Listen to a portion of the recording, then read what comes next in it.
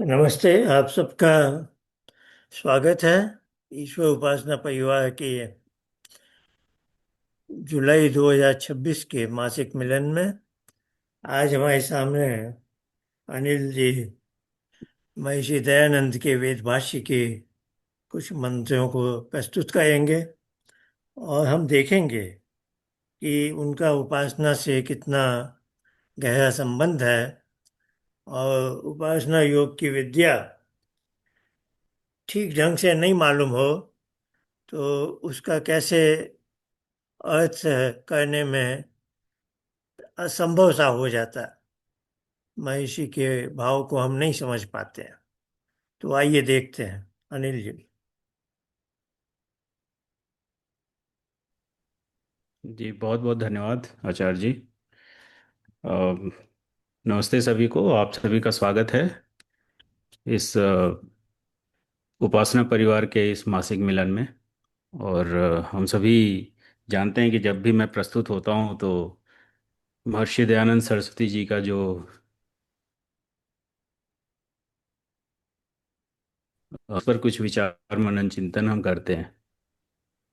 तो मैं screen share करता हूं और फिर प्रारंभ करते हैं।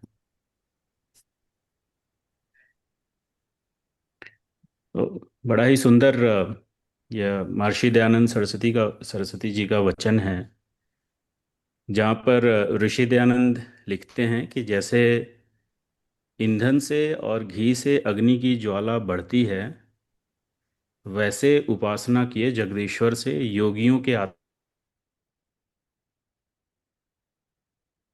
प्रकाशित होते हैं। तो इसका जो अर्थ है, इसमें उपमा है। महर्षि दयानंद सरस्वती जी ने इसमें उपमा दिखाई है। उपमा अलंकार इस तरह के वाक्यों को बोलते हैं वेद मंत्र में। तो यहाँ पर जो अग्नि का प्रयोग है वह है ज्ञान का प्रकाश। जैसे ईंधन से और घी से अग्नि की ज्वाला बढ़ती है, वैसे उपासना किए जगदीश्वर से योगियों के आत्मा प्रकाशित होते हैं। लौकिक उदाहरण से महर्षि दयानंद सरस्वती जी ने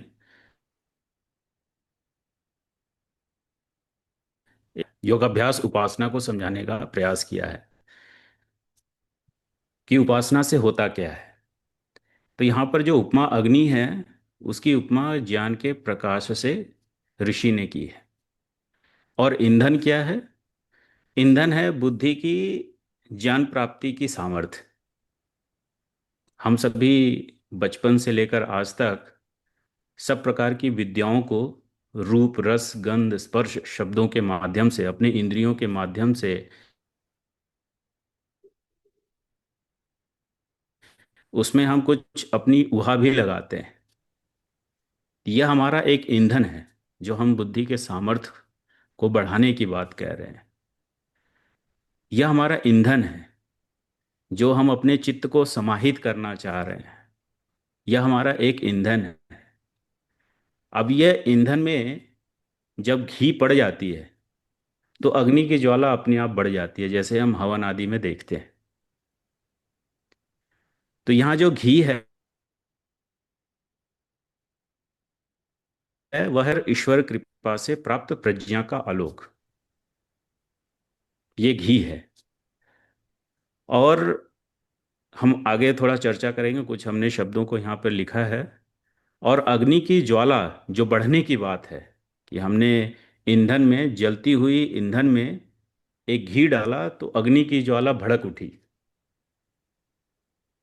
तो उसकी उपमा ऋषि ने आत्मा में चित्त को माध्यम बनाकर ईश्वर द्वारा प्रज्ञा का आलोक, जिसे ऋषि ने लिखा है।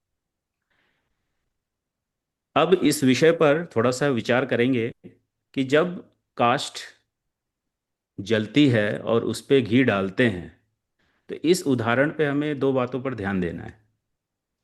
पहला बात है कि काष्ठ जब जलती है तभी घी डालने का कुछ प्रयोजन होता है, अन्यथा उस पर बस घी डालते रहें, जो काष्ठ जल ही नहीं रही है, तो उसका कोई प्रयोजन नहीं होता, उससे कुछ आउटपुट नहीं निकल कर आता। वैसे ही जब हम अपने मन के सामर्थ्य को, बुद्धि के सामर्थ्य को बढ़ा लेते हैं, तब ईश्वर उस पर कुछ इनपुट हमें देता है। जब हम तप, स्वाध्याय, ईश्वर प्रधान क्रिया योग आदि से और स्वाध्याय से जब हम अपने बुद्धि के सामर्थ्य को बढ़ा लेते हैं, और उपासना काल में जब हम परमेश्वर के सानिध्य में होते हैं, जो संप्रज्ञात योग की बात कही है, जो एक,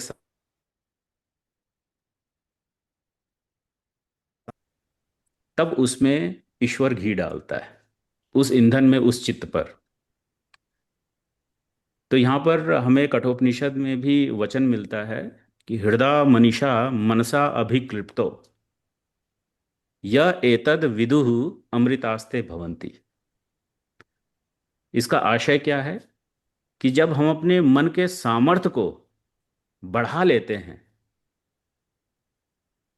अर्थात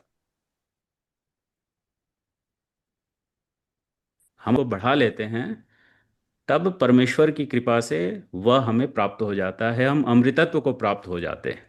योगी लोग उसको जान लेते हैं और अमृतत्व को प्राप्त हो जाते हैं। गीता। और ईश्वर प्रणिधान के संदर्भ में भी देखें, जब हम क्रिया योग हमारा टॉप लेवल पे होता है, ईश्वर प्रधान, जब हम परमेश्वर को ही सारे कर्म समर्पित करते रहते हैं,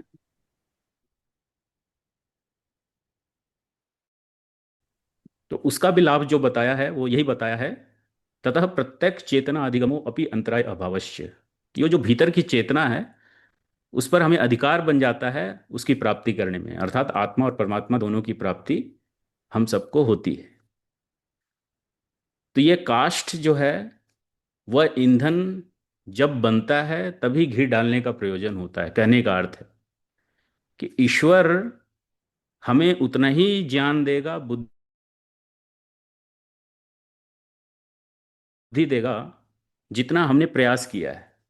हम कहते हैं भी God helps those who help themselves. तो वही बात यहां पर कही गई है। दूसरी बात कि ये जो काष्ठ है, जो ईंधन का एक साधन है, वह प्रकृति में स्वतः ही जन्म ले लेती है,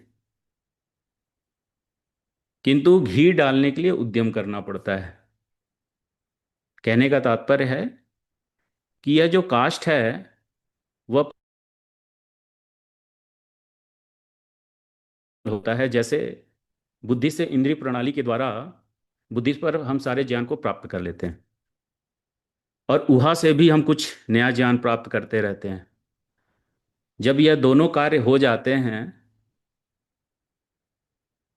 तभी हमें घी की प्राप्ति होती है, जैसा हमने पहले बिंदु में कहा।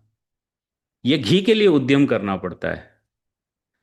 तो आचार्य जी के साथ हम लोग बैठे हुए थे, योग दर्शन का भाष्य कर की 5 भूमियां हैं, व्यक्ति कैसे समाहित चित्त होता है, चित्त अपने व्युत्थान संस्कार को रोक कर उसका अभिभव करके कैसे वह निरोध के संस्कार को प्रादुर्भाव करता है, उदित करता है, और विकसित चित्त को दबाता है। तब वो जाकर कहीं पर समाहित चित्त होता है। निरंतर दीर्घ काल तक जब हम योगाभ्यास आदि हम करते रहते हैं, तब जाकर हमें कहीं प्रॉपर घी मिलता है, जिससे हमारी अग्नि की ज्वाला भड़क उठती है। तो ये घी के लिए उद्यम करना पड़ता है। घर में माताएं भी जो घी बनाती हैं उसमें उद्यम लगता है, परिश्रम लगता है, लेकिन जो ईंधन होता है वो प्रकृति में स्वतः ही प्राप्त हो जाता है। कि हमने रूप रस गंध स्पर्श शब्द और वस्तु इंटरेस्ट है, और उससे हमने कुछ ग्रहण किया। तो यह काष्ठ प्रकृति में स्वतः जन्म ले लेती है, किंतु घी के लिए उद्यम करना पड़ता है। तो यह 2 उदाहरण इसमें बड़ा विशेष रूप से समझना है कि ईश्वर उन्हीं की सहायता करेगा जिसने अपने बुद्धि के सामर्थ्य को बढ़ाया है, जैसा कठोपनिषद में भी लिखा। हृदा मनीषा मनसा अभिक्लिप्तो।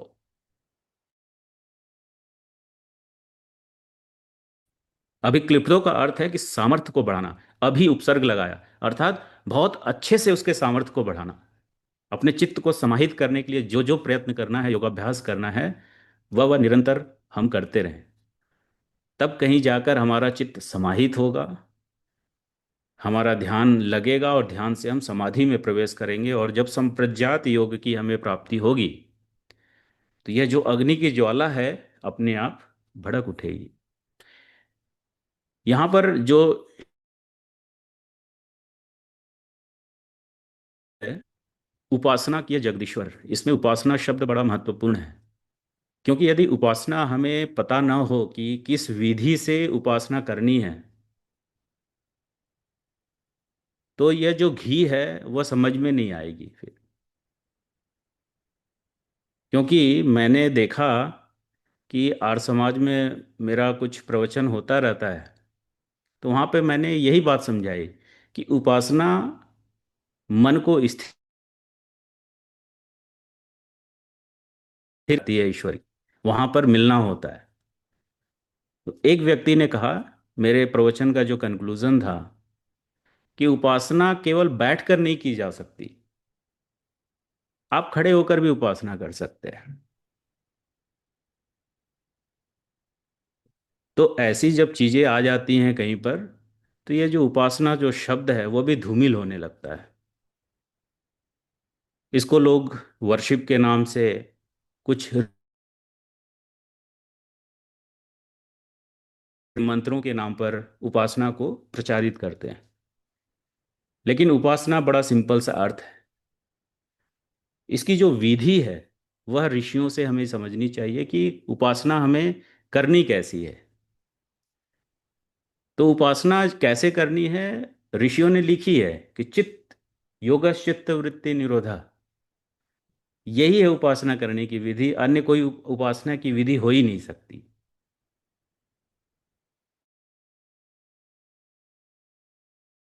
असल में परमेश्वर के साथ होते हैं, हम परमेश्वर की उपासना कर रहे होते हैं।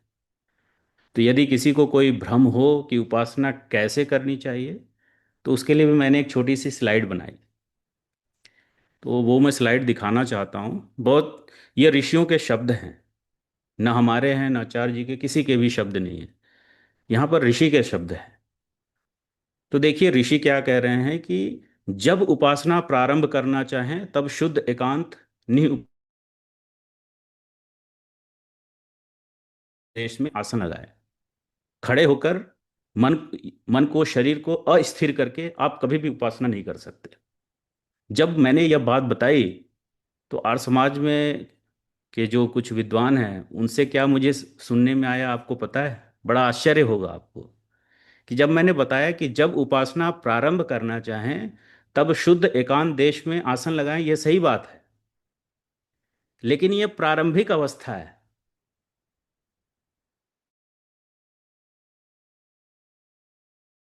ऐसी बातें उन्होंने की। तब मैंने ऋग्वेदादि भाष्य भूमिका का भी दिखाया उनको उदाहरण, कि ऋषि क्या लिख रहे हैं उसको भी देखिए। तो वहां ऋषि लिखते हैं कि जब जब मनुष्य लोग ईश्वर की उपासना करना चाहें, यार जब कभी भी आपको ईश्वर के निकट होने की इच्छा हो, तो आप एकांत स्थान में बैठकर अपने मन को शुद्ध और आत्मा को स्थिर करके अपने आत्मा के भीतर देखें। ये उपासना की विधियां हैं। अब देखिए, आसन लगाने, आसन की सिद्धि का लाभ बताते हुए ऋषि दयानंद लिखते हैं कि जब आसन दृढ़ होता है, अर्थात हमारा जब शरीर स्थिर हो जाता है, तब उपासना करने में कुछ परिश्रम नहीं करना पड़ता, न ही सर्दी गर्मी अधिक बाधा करती है। ये ऋषि के शब्द हैं। उपासना कैसे करनी चाहिए। अब वेदांत दर्शन का सूत्र भी आप देखें तो वहां पर लिखते हैं आसीनः संभवात। वहां तो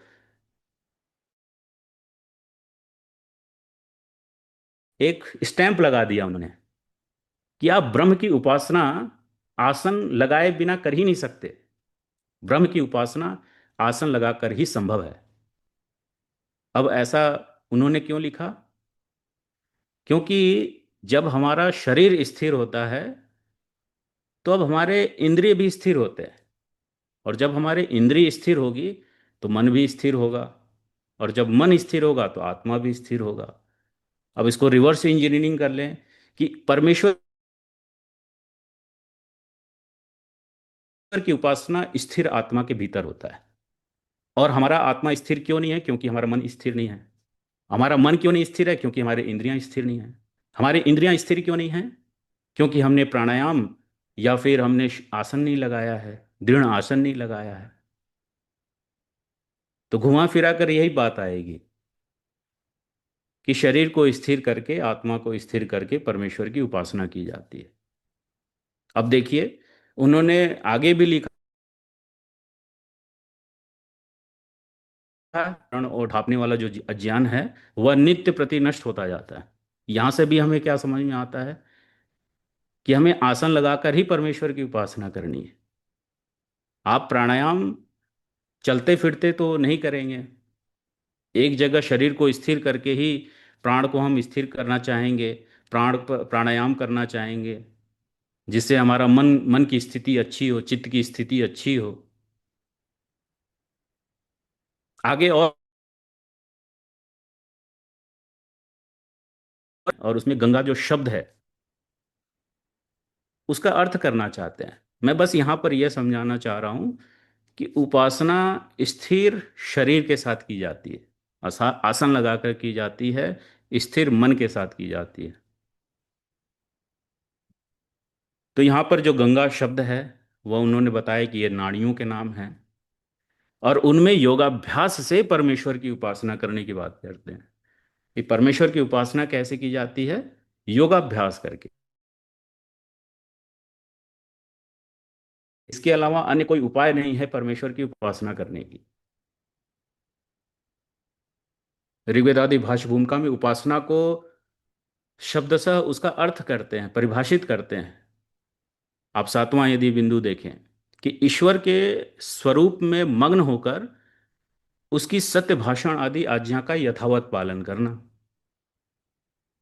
मैं आर्य समाज में जब जाता हूँ तो ऐसी वाक्यों का प्रयोग करता हूँ, तो जो पहला वाक्य है उसका जो पहला अंश है इस वाक्य का, ईश्वर, ये जो ईश्वर की आज्ञा का पालन है वही उपासना है।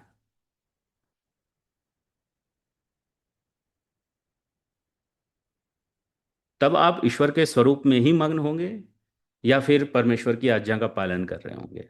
तो यहाँ पर जो भाव है वो ऐसा है कि हम ईश्वर के स्वरूप में मग्न होकर, ईश्वर के सानिध्य से जैसे उसके गुण कर्म स्वभाव हैं वैसे ग्रहण करके फिर उसको उपयोग में लाना, सत्यभाषण आदि।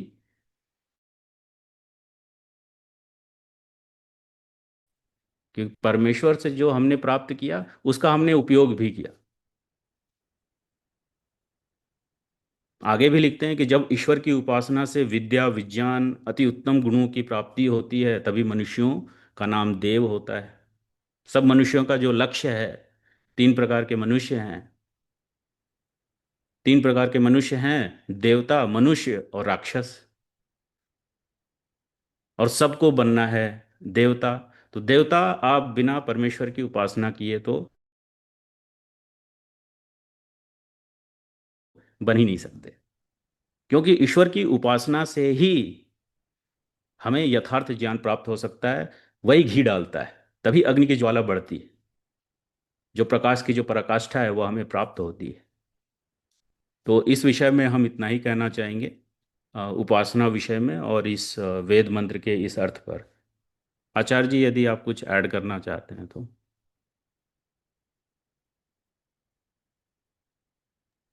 नहीं, अच्छा है। ये कठ उपनिषद के पहले तीन शब्द भी बहुत अच्छे हैं। वो भी इसी बात को व्यक्त कर रहे हैं कि मन, मनसा अभिक्लृप्तो, मन से जो ज्ञानेंद्रियां जुड़ी हैं वो अपना काम कहती ही हैं। तो जैसे हो गया, काष्ठ की अग्नि उत्पन्न होती है।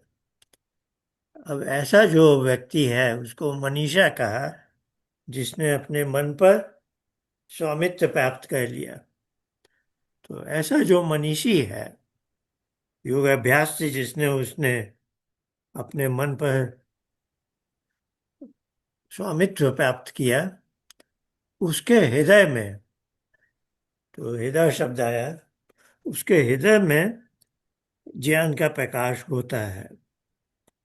तो हृदय वो स्पेस है, प्रीफ्रंटल कॉर्टेक्स जो हम बोलते हैं।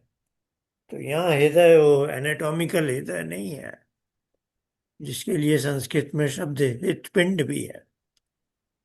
तो उपनिषद और वेद में जहाँ उपासना से संबंधित संदर्भ है, प्रसंग है, वहाँ हृदय ये है जहाँ जीवात्मा अपने सूक्ष्म शरीर के साथ लिपटा हुआ बैठा है। तो वहाँ जीवात्मा के सबसे निकटतम बुद्धि है, जो बुद्धिपूर्वक अग्नि जली, वो तो काष्ठ की अग्नि है। और फिर बुद्धि जब चित्त बन गई, और चित्त की भी निरुद्ध स्थिति हो गई, निरुद्ध अवस्था आ गई, चित्त शांत हो गया, जिसको चित्तवृत्ति निरोध कहा, तब वह एक फ्लैश उत्पन्न करता है, जिसको इस मंत्र में महर्षि दयानंद ने उपमा के रूप में घी की ज्वाला है। तो हृदय मनीषा मनसा, सब बातें, सब वेद मंत्र, उपनिषद मंत्र एक ही विचार को व्यक्त करते हैं कि उपासना द्वारा उससे जुड़ना, उससे हमारी सब ढंग की, सभी आयाम में उन्नति हो सकती है। तो हमने ये बहुत अच्छा मंत्र देखा, इसकी उपमा देखी। अब हम आगे बढ़ते हैं। जी। इसमें मैंने एक स्थान पर लिखा है समाधि का अभ्यास, वो छूट गया हमसे। हम अभी तक अभ्यास कर रहे थे कि बुद्धि की जो ज्ञान प्राप्ति है उसके सामर्थ्य को हम बढ़ा रहे थे, वह हमारे अंतर्गत था। लेकिन ये जो घी है, तो क्या हम कभी समाधि का अभ्यास कर सकते हैं? प्रश्न था ये तो हमारी ओर से। तो इसका उत्तर आएगा कि समाधि का अभ्यास हम नहीं कर सकते। हमारा जो प्रयत्न है वह ध्यान तक ही हो सकता है। तो ध्यान तक, जो एकाग्र भूमि है, वहां तक उसको प्राप्त करने का हमारा सामर्थ्य है। क्योंकि जो समाधि है उसका अर्थ है कि सम्यक पूर्वक ईश्वर का हमें धारण कर लेना। यदि कोई मुझसे मिलना चाहे जहां मैं रहता हूं, तो मेरी इच्छा के अनुसार, इच्छा के प्रतिकूल जाकर वो मुझसे मिल नहीं सकता। आप नरेंद्र मोदी से जाने, मतलब उनसे मिलने का अभ्यास करें और उनकी इच्छा ना हो तो आप नहीं मिल सकते। वैसे ही हम समाधि का अभ्यास नहीं कर सकते। हम ध्यान तक ही अभ्यास कर सकते हैं, हमारा उतना ही सामर्थ्य है। तो ध्यान तक जाने के लिए जितना भी हमें ईंधन चाहिए, वह सब हम ईंधन के रूप में प्रयोग कर सकते हैं। लेकिन जो घी डालेगा वो तो ईश्वर डालता है। हमारा कार्य है कि बुद्धि की ज्ञान प्राप्ति का जो सामर्थ्य, जो ज्ञानेंद्रियों से और उहा शक्ति से हम प्राप्त कर सकते हैं, अपने चित्त को समाहित कर सकते हैं, उसमें भी ईश्वर की सहायता होती। तो इसमें ये विषय हम लेना चाह रहे थे।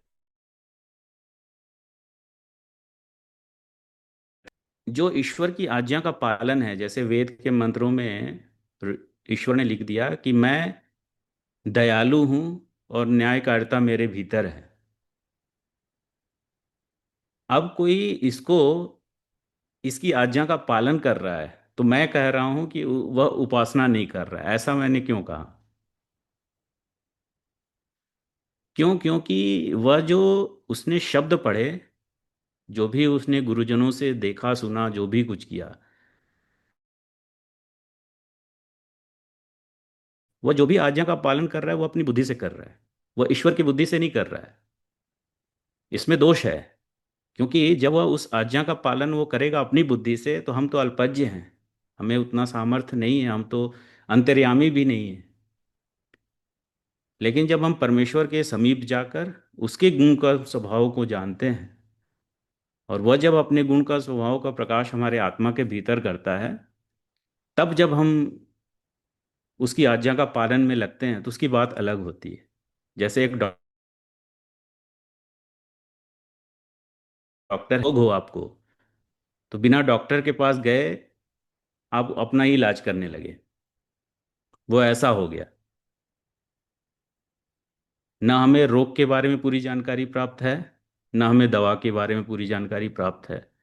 तो उसकी प्राप्ति के लिए हमें तो ईश्वर के सानिध्य में ही जाना पड़ेगा, अन्य कोई उपाय तो नहीं दिखता। तो हम आगे चलते हैं। एक हमारा एक और छोटा सा अग्नि से ही संबंधित करते हैं कि जो असंख्यात पदार्थों में असंख्यात क्रियाओं का हेतु बिजली रूप अग्नि के समान ईश्वर है, वही सब जगत को धारण करता है। उसका पूजन जो मनुष्य करता है वह सदा महिमा को प्राप्त होता है। तो एक पूजा शब्द इसमें आया है, पूजन करना। पूजन का अर्थ है कि जैसे, यहाँ पर अर्थ है कि जैसे ईश्वर के गुण कर्म स्वभाव हैं वैसे अपने कर लेना।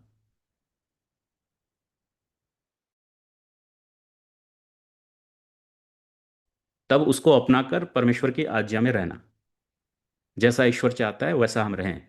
तो उसको पूजन कहा है, कि ईश्वर के सानिध्य से उसके जो गुण कर्म स्वभाव हैं उसको अपने जीवन में धारण करना और उसकी आज्ञा के पालन में लगे रहना, ये पूजन का अर्थ हो जाएगा। तो जो पूजनीय सत्ता है उसके गुणों को अपने जीवन में धारण करना ही पूजन है।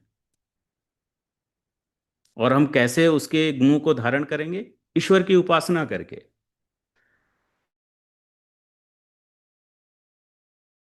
तो यह सदा महिमा को प्राप्त होता है। इसका अर्थ है कि वह जो परमेश्वर की उपासना करता है वह सदा महिमा को प्राप्त होता है।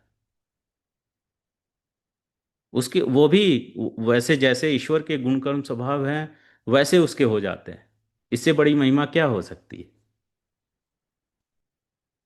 अष्ट सिद्धियों में भी एक महिमा नाम की एक सिद्धियाँ आती है, तो उसकी चर्चा हम यहाँ पर नहीं करेंगे। तो सिद्धियों के साथ साथ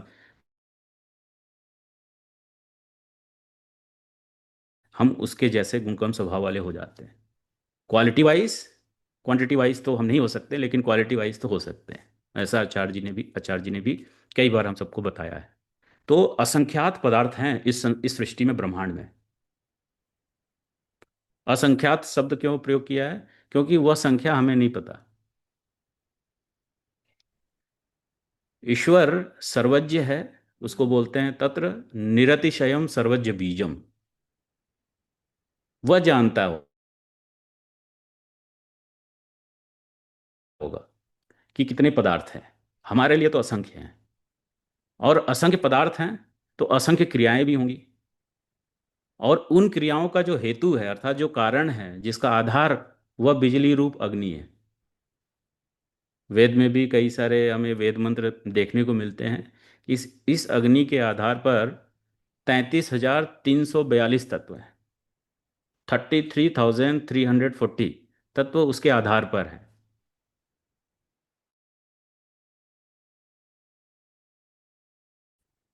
अब वो किस संदर्भ में लिखा है स्वामी जी ने, वो हमें अलग से देखना पड़ेगा। लेकिन अग्नि के आधार पर बहुत सारे पदार्थ विद्यमान हैं। उसी के समान ईश्वर है। जैसे अग्नि सब पदार्थों को धारण करता है अपनी आकर्षण शक्ति से, वैसे ईश्वर भी सबको अपनी आकर्षण शक्ति से धारण किए हुए है। तो वही लिखा कि वही सब जगत को धारण करता है। जैसे सूर्य है,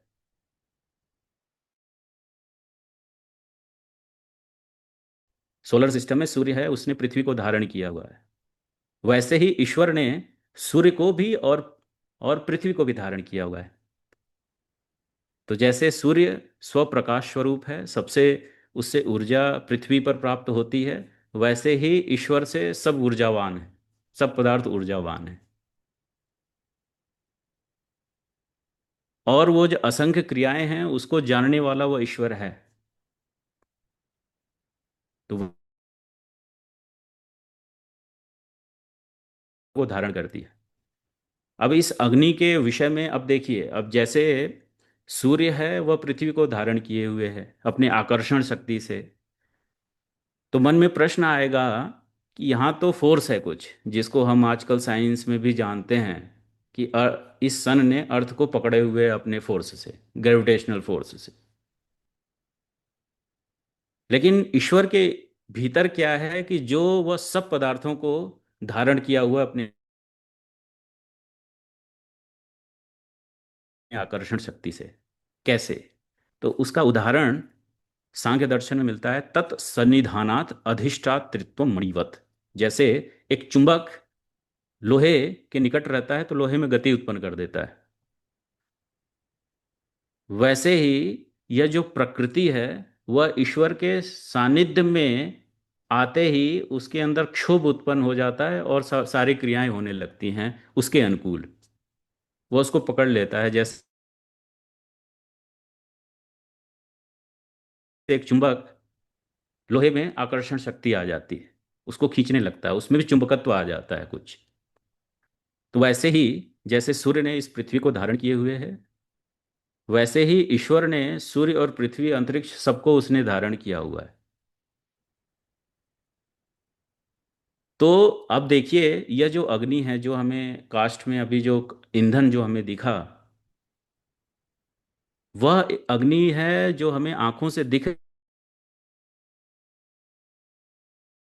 रहा है, वह स्थूल अग्नि है।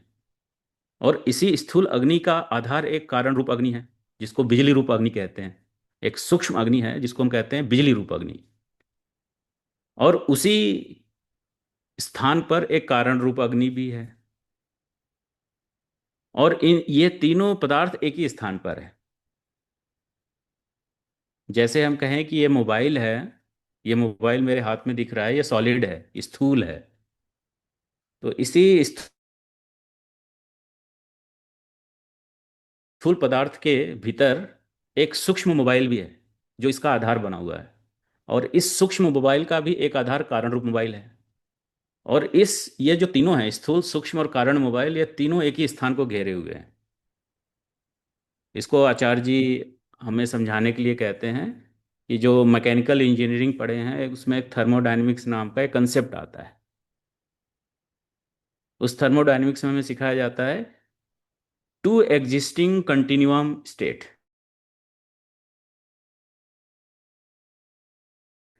ये दो स्टेट हैं जहाँ कंटिन्यूटी है और दोनों एक ही स्थान को घेरे हुए हैं। तो मेरे कहने का तात्पर्य है कि ये जो तीनों पदार्थ, तीनों तीन तरीके के जो मोबाइल मैंने बताए कि स्थूल सूक्ष्म और कारण, उसी के भीतर उसी स्थान पर ईश्वर भी है। और वह सूक्ष्माति सूक्ष्म है। तो जैसे सब पदार्थों को अग्नि धारण किए हुए है, सब पदार्थ के अलग अलग भिन्न भिन्न को ऐसे धारण किए हुए सूक्ष्मता में, वह सूक्ष्माति सूक्ष्म बोलते हैं। तो ये स्थूल सूक्ष्म और कारण से भिन्न चौथा है, उसका एक नाम चौथा भी है, he is the fourth one, वो चौथे डायमेंशन का है ईश्वर। तो जब भी हमें ईश्वर से मिलना हो, उपासना करनी हो, तो स्थूल सूक्ष्म और कारण इन तीन प्रकार के जगत से भिन्न होकर, अलग होकर, हमें चौथे डायमेंशन में जाना पड़ता है उससे मिलने के लिए।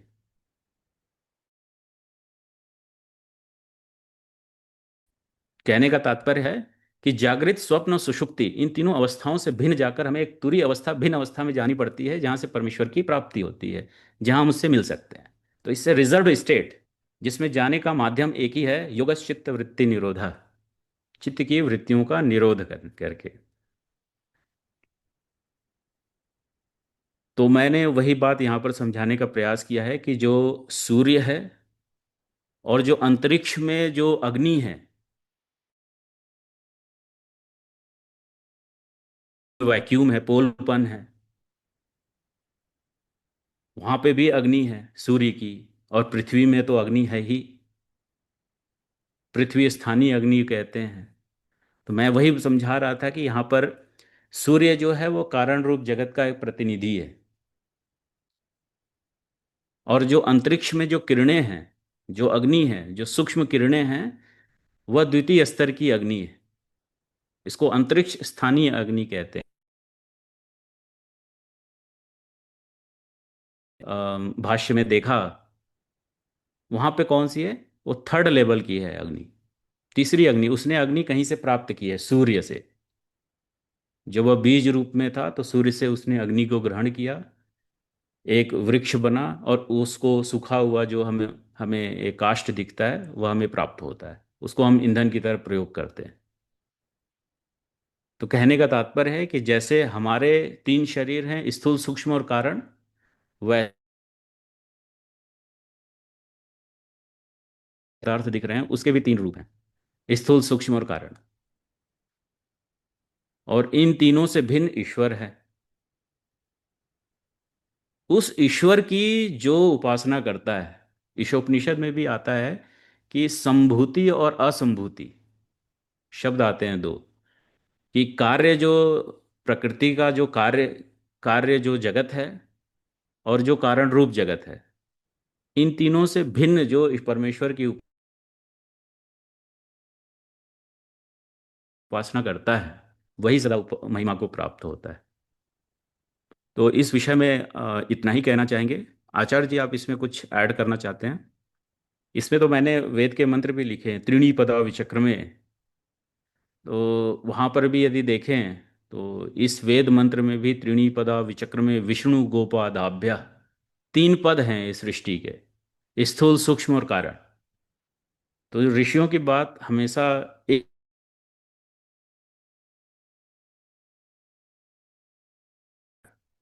और इसमें बिजली रूप जो अग्नि है, बिजली का जो शब्द है वह विद्युत है। और बिजली शब्द जो ऋषि दयानंद ने प्रयोग किया है वह अग्नि की सूक्ष्म अवस्था के नाम पर प्रयोग किया है। आचार्य जी इसमें कुछ जोड़ना चाहेंगे? नहीं, बहुत अच्छा है ये। ईश्वर का नाम एक विद्युत भी है, हम्म। जिसको कहीं कहीं महर्षि ने हिंदी में बिजली लिखा है। तो वह विद्युत बनकर प्रकृति जो जड़ है, जड़ है तो उसमें कोई गति नहीं है। जैसे हमारे घर में एक कुर्सी एक जगह पर पड़ी है, यदि कोई उसे उठा के कहीं और न रखे तो वो है वहीं पड़ी रहेगी। तो वैसे ही जो सूक्ष्म प्रकृति के कण हैं, परमाणु है सबसे छोटे, जो सबसे छोटा महत्व होता है, और कारण जगत में वो उसका कंटिन्यूअम है। तो उसको छोटा परमाणु भी नहीं कह सकते हैं, वो तो एक कंटिन्यूअम है जिसको सलीलम कहते हैं, अर्णव कहते हैं। तो वेद मंत्रों में वैसे शब्द हैं। तो उसमें गति कहाँ से आती है? तो गति हमेशा एक चेतन सत्ता लाती है। जैसे घर में हम, एक मनुष्य उस कुर्सी को उठा के उसका स्थान बदल देता है। कुर्सी अपने आप एक स्थान से दूसरे स्थान में नहीं जा सकती। तो वैसे ही प्रकृति में गति ईश्वर की जो शक्ति है, उस शक्ति का नाम विद्युत है। तो यह इसी का वाक्य है कि जो असंख्यात पदार्थों में विभिन्न तरह की गतिविधि की जाए, जैसे बादल चल रहे हैं, समुद्र में लहरें उठ रही हैं, सब जगह कुछ न कुछ गति है। वह सब गति, जैसे अभी अनिल जी ने कहा कि यह तीन डायमेंशन की दुनिया है। एक हर पदार्थ जो हमें इंद्रियों को दिखता है, जो इंद्रियों के द्वारा जाना जाता है, वो स्थूल पदार्थ है। तो स्थूल पदार्थ का अस्तित्व कैसे है? जैसे एक भवन अपनी नींव पर खड़ा है, भवन तो हमें दिख रहा है पूरा बहुत सुंदर है, पर नींव नहीं दिखाई दे रही। तो वैसे ही हर वस्तु की एक नींव है। जैसे इन्होंने फोन उठा के बताया, पर वो नींव नहीं दिखाई दे रही, वो उसका सूक्ष्म पदार्थ है। उसकी एक कॉपी है जो सूक्ष्म का मतलब है जो इंद्रियों के द्वारा नहीं जाना जा सकता, है ना। इंद्रियातीत, सटल वर्ल्ड बोलते हैं। और फिर सूक्ष्म पदार्थ के अंदर एक तीसरा डायमेंशन है, कारण जगत, कारण पदार्थ। तो ये तीन जो डायमेंशन है, इसका प्रमाण क्या है? हमारी ये अपनी तीन अवस्था।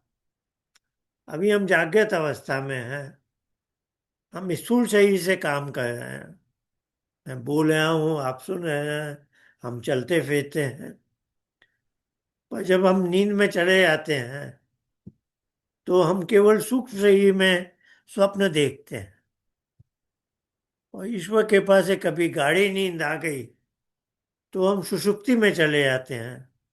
उस समय हम सूक्ष्म जगत, जो सूक्ष्म शरीर है, उससे भी कट ऑफ हो गए। हम प्रकृति के जो कंटिन्यूम वाला समुद्र है उसमें डूब जाते हैं। तो ये तीन जो जगत है ये काल्पनिक नहीं है। स्थूल जगत, सूक्ष्म जगत और कारण जगत, इसका प्रमाण है हमारी ये तीन अवस्थाएं हैं, जाग्रत अवस्था, स्वप्न अवस्था और सुषुप्ति। तो उपासना का संबंध है सुषुप्ति जैसी अवस्था को आसन में बैठकर प्राप्त करना, लेट कर नहीं, है ना। तो सुषुप्ति से हम सब परिचित हैं। तो ऋषियों ने उसी चीज को योग चित्तवृत्ति निरोध कह के पूरा उसका मैनुअल बता दिया, इंस्ट्रक्शन मैनुअल, कि दिन में बैठकर उस अवस्था में, और हर कोई जानता है सुषुप्ति में हमें कोई दुख नहीं होता, अपितु उठते हैं तो कहते हैं बहुत अच्छा लगा। तो वही चीज हमें, उसी का एप्लीका दिन में। तो ये उपासना एक काल्पनिक चीज नहीं है, इसके प्रमाण है। पर इस मंत्र में जो ऋग्वेद का मंत्र है, इसमें महर्षि दयानंद कहे हैं कि प्रकृति में जहां भी गति है, क्रिया है, उसको कर्म नहीं बोलते। मनुष्य, चेतन प्राणी, चेतन प्राणी जो प्राणी जगत है, वो लोग भी क्रिया करते हैं। कर्म थोड़ा हमारा दार्शनिक विषय है, जिसका हमें फल मिलता है। कर्म का कर्माधिकार मनुष्य को ही है। तो ये प्रकृति के पदार्थों में जो गतिविधि है उसको क्रिया बोलते हैं। तो ये इन्होंने सांख्य का भी एक दिया, पहले अध्याय का 96 सूत्र, जिसमें बताया कि चुंबक के समीप एक लोहे की कील हो तो उसमें गतिविधि आ जाती है। तो ये उपमा दी है इसी ने हमें समझाने के लिए कि ईश्वर कैसे गति प्रकृति में उत्पन्न करता है। उसके तो हाथ पांव नहीं है, हमने तो हाथ से कुर्सी उठाई या पांव से उसको सरकाया, पर ईश्वर के तो हाथ पैर नहीं है। तो जैसे अभी हमने सुना, ये दो को एग्जिस्टिंग कंटिन्यूआ है। जीवात्मा एक देशी है, एक पॉइंट लाइक सिंगुलैरिटी बोलते हैं हम इसे। लेकिन बाकी जो जो सत्ता है, प्रकृति और ईश्वर, वो कंटिन्यूअम है। तो अब वो कंटिन्यूअम में चुंबक और कील में तो एक दूरी है। तो ये लौकिक दृष्टांत पूरे 100% लागू नहीं होते, इसीलिए इसको उपमा कहते हैं। कभी 100% वाली उपमा हो ही नहीं सकती।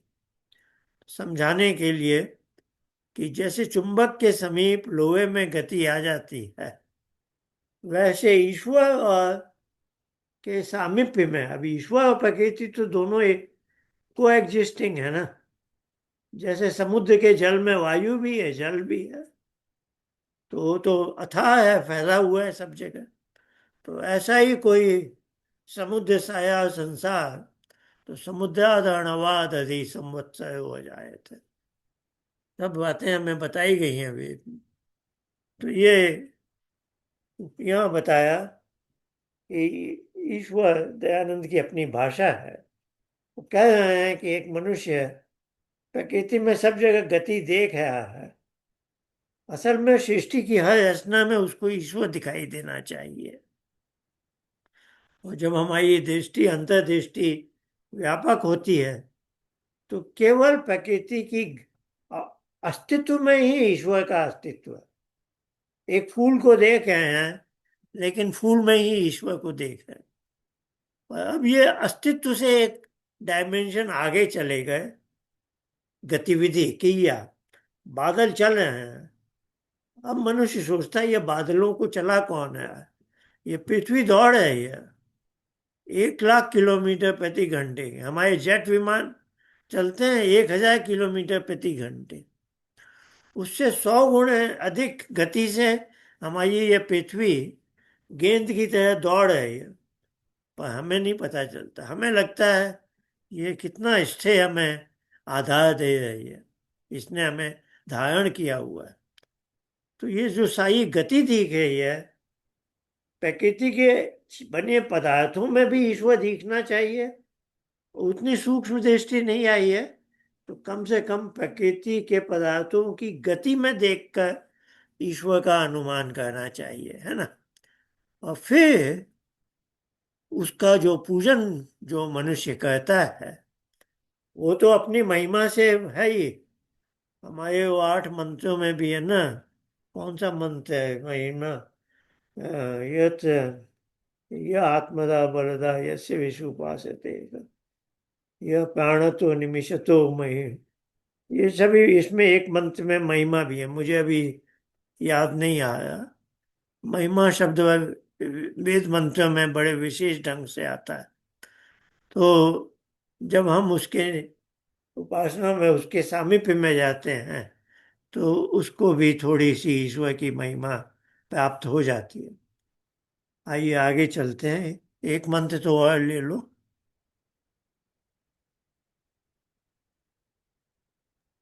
आचार्य जी, इसमें 2 ही मंत्र मैंने लिए थे।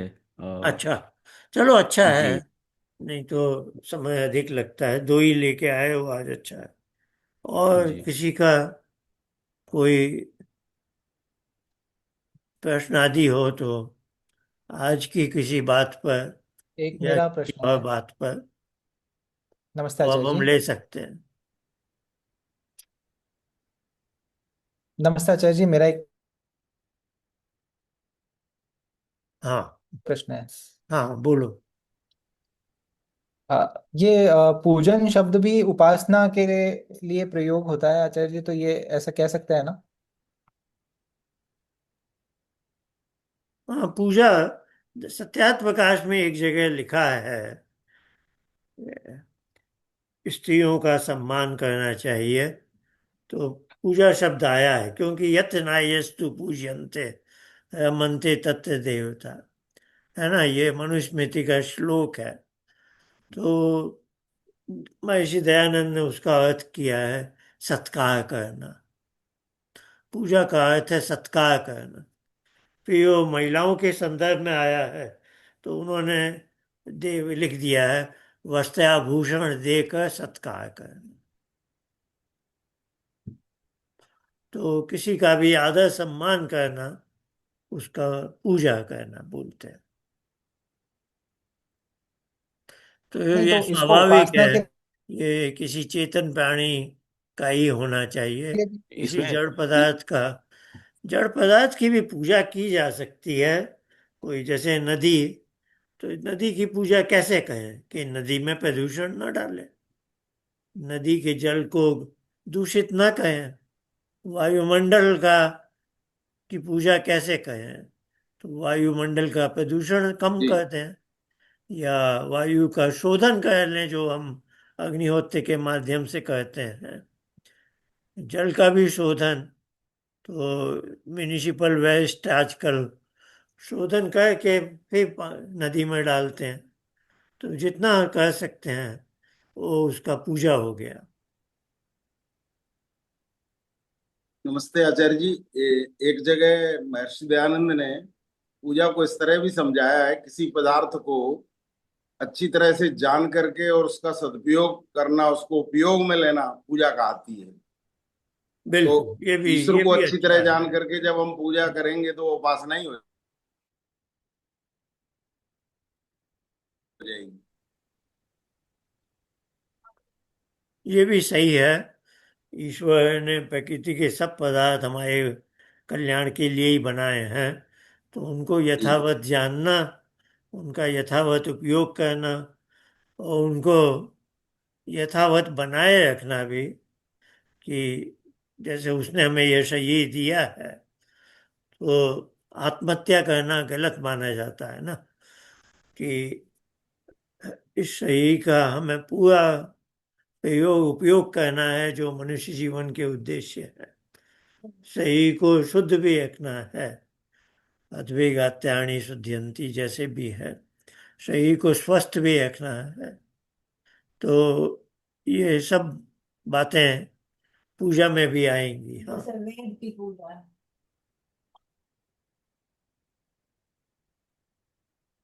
जी आचार्य जी, धन्यवाद। हम्म। और किसी का कुछ? वैसे कविंद्र जी का एक प्रश्न मेरे पास आया है, वो उसका संबंध पिछले महीने की हमारे ईश्वर उपासना परिवार की बैठक का है। वो जो मणिकल्पम वाला विषय लिया था मैंने, हाँ। उसमें हमने कहा था कि सांख्य का एक सूत्र आता है, यही पहले अध्याय का शायद 145 है वो, जड़ प्रकाश अयोगात ऐसे। तो सांख्य में एक पहले अध्याय के समापन पर उन्होंने एक प्रसंग उठाया है जीवात्मा के अस्तित्व का।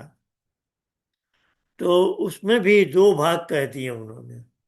पहला भाग कर दिया है कॉमन सेंस वाली बातें। तो कॉमन सेंस में उन्होंने कहा कि सामान्य व्यक्ति भी कहता है कि यह मेरा शरीर है, यह मेरा मन है, तो यह मैं कौन हूं, है ना, जो इस शरीर और मन का स्वामी है। तो बहुत कॉमन सेंस के दृष्टिकोण से उन्होंने दो तीन सूत्र रखे हैं। इसके बाद उन्होंने इति कह दिया, फिर वो अधिक दार्शनिक विषय में गए हैं। उसमें उन्होंने यह सूत्र उठाया है, जड़ प्रकाश अयोगात। तो आज जो हमने पहला मंत्र देखा, ज्ञान का प्रकाश, है ना, तो ये योग सूत्र में भी, योग दर्शन में भी आता है कि प्रकृति क्या है। तो प्रकृति को बताया उन्होंने, प्रकाश क्रिया स्थिति शीलम, है ना, यानी उसमें जो सत्व गुण, रजोगुण, तमोगुण है, उसके माध्यम से वो ज्ञान का प्रकाश देती है। तो हमारी जो बुद्धि है, ज्ञान का प्रकाश देती है। क्रिया है कि हम फिर अपनी बुद्धि से निर्णय लेकर अपने कर्मेंद्रियों को एक्टिवेट करते हैं और चलते हैं, फिरते हैं, हाथ उठाते हैं। तो यह प्रकृति में गति आती है। तो गति, जैसे मैंने कहा है, चेतन सत्ता ही लाती है, पर गति आती है प्रकृति के पदार्थों में। और स्थिति, और ठहर जाता है, हमें रात में नींद आ जाती है। तो सत्व गुण, रजोगुण, तमोगुण, इसको शील बोला है। शील प्रकाश की यह स्थिति शीलम। शील कहते हैं जो किसी का एकदम नैसर्गिक इनहेरेंट कैरेक्टरिस्टिक हो, जिससे वो कभी वियुक्त हो ही नहीं सकता, है ना। एक वस्तु है, वस्तु का एक ऐसा गुण जिससे वो कभी अलग ना हो सके, वह उसका शील है। तो यह ज्ञान का प्रकाश।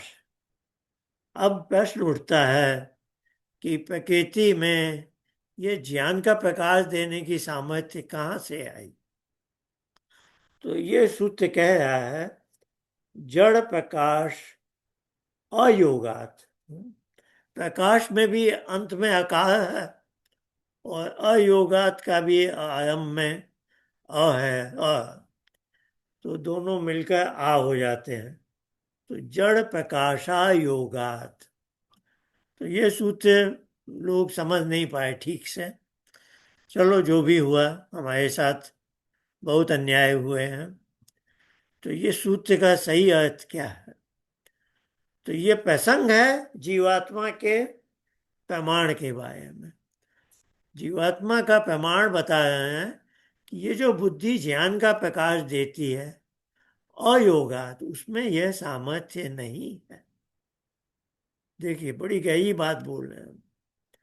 ये बुद्धि हमें ज्ञान देती है। आंख से कुछ देखा और बुद्धि पटल पे आया और मैंने देख लिया। बुद्धि नहीं तो मुझे जताया। पर वो बोल रहे हैं बुद्धि में यह ज्ञान का प्रकाश देने की सामर्थ्य नहीं।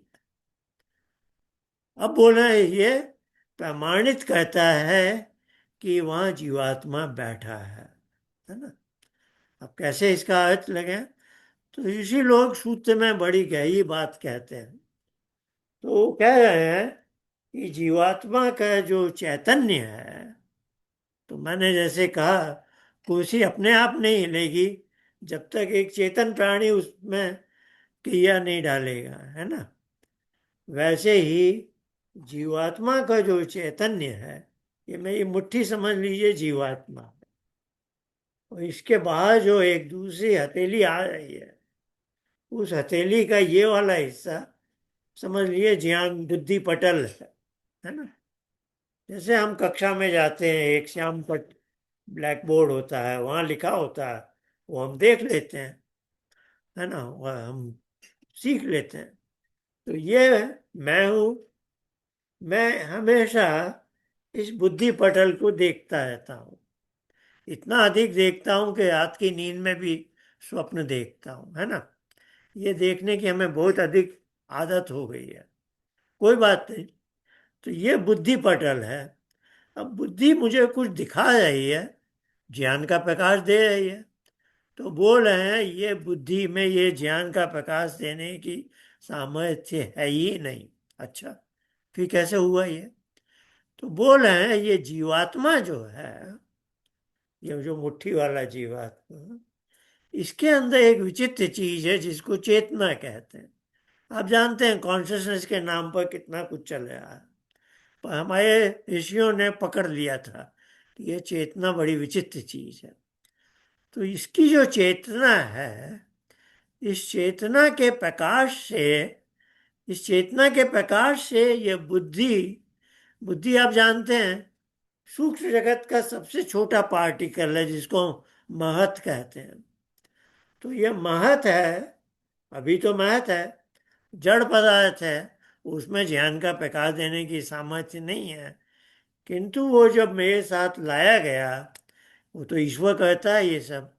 तो ईश्वर ने उस महत को मेरे जीवात्मा से जब जोड़ा, तो उसी को कहते हैं बंधन, हृदय ग्रंथि। यही मेरा बंध है। तो अभी बंध की बात हम ज्यादा नहीं कर रहे। अभी हम बोल रहे हैं the nature of that bondage क्या है। वो चेतन का प्रकाश इस महत को बुद्धि बना देता है। जैसे एक कार खड़ी है, आपकी कार खड़ी है भाई, बहुत अच्छी चीज है, देखने में बहुत साफ है, सुंदर है, रंग भी अच्छा है। पर कार तो ऐसे ही बैठी रहेगी वहीं पर पार्किंग में। अब आप जब वहां बैठ जाएंगे ड्राइवर सीट पर और चाबी लगा देंगे, तब कार में चलने की सामर्थ्य आएगी, है ना। नहीं तो कार में गति की सामर्थ्य है नहीं जब तक एक चेतन ड्राइवर वहां ना बैठे। ठीक है ना भाई, बात समझ में आ गई। तो वैसे ही ये महत जो पार्टिकल बहुत अच्छा है, पर इसमें ज्ञान का प्रकाश देने की सामर्थ्य नहीं है। वो सामर्थ्य कब आती है, कैसे आती है? जब वो चेतन जीवात्मा से एक विशेष ढंग से जोड़ दिया गया, है ना। तो सांख्य में ऋषि ने क्या कहा? जड़ प्रकाश अयोगात। इससे क्या प्रमाण हुआ कि मुझे भी ज्ञान मिल रहा है कहीं से, मुझे ज्ञान मिल रहा है, मेरी बुद्धि से मिल रहा है। तो बुद्धि कैसे ज्ञान दे रही है? क्योंकि मेरा जीवात्मा उसके अंदर बैठा हुआ है। जीवात्मा की चैतन्य से प्रकाशित होकर महत बुद्धि बन जाता है, और फिर बुद्धि का बनकर ज्ञान का प्रकाश देता है।